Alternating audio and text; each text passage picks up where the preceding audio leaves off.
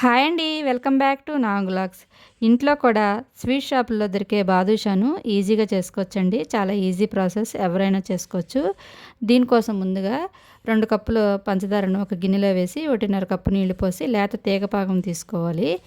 చూడండి, వీడియోలో చూపిస్తున్నట్టు తీగపాకం వస్తే సరిపోతుంది. యాలకుల పొడి వేసుకొని మూత పెట్టి పక్కన పెట్టుకోండి. ఇప్పుడు ఒక గిన్నెలోకి 2 కప్పులు మైదా పిండిను వేసి, మైదా బదులుగా గోధుమ పిండితోనైనా చేసుకోవచ్చండి. కాకపోతే స్వీట్ షాపుల్లో దొరికే బాదుషా టేస్ట్ రావాలంటే నేనైతే మైదా పిండిని వాడుతున్నాను.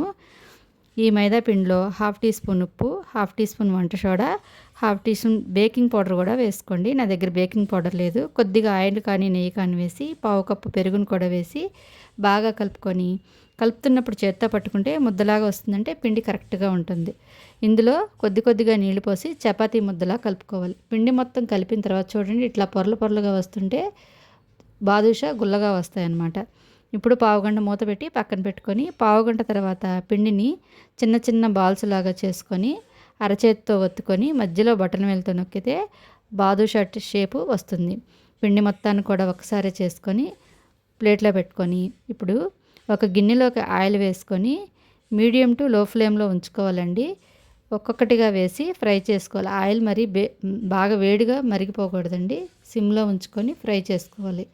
అన్నిటిని ఇలాగా గోల్డెన్ బ్రౌన్ వచ్చే వరకు అటు ఇటు తిప్పుతూ ఫ్రై చేసుకొని, వీటిని పాకం కూడా కొంచెం గోరువెచ్చగా ఉండాలి, చల్లగా ఉండకూడదు.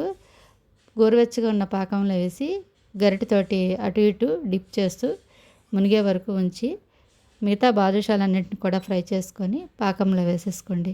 చూడండి ఎంత బాగా వచ్చినాయో. వీటిని సర్వింగ్ ప్లేట్లోకి తీసుకుంటే మన బాదుషా జ్యూసీ బాదుషా రెడీ అయిపోయినట్టే.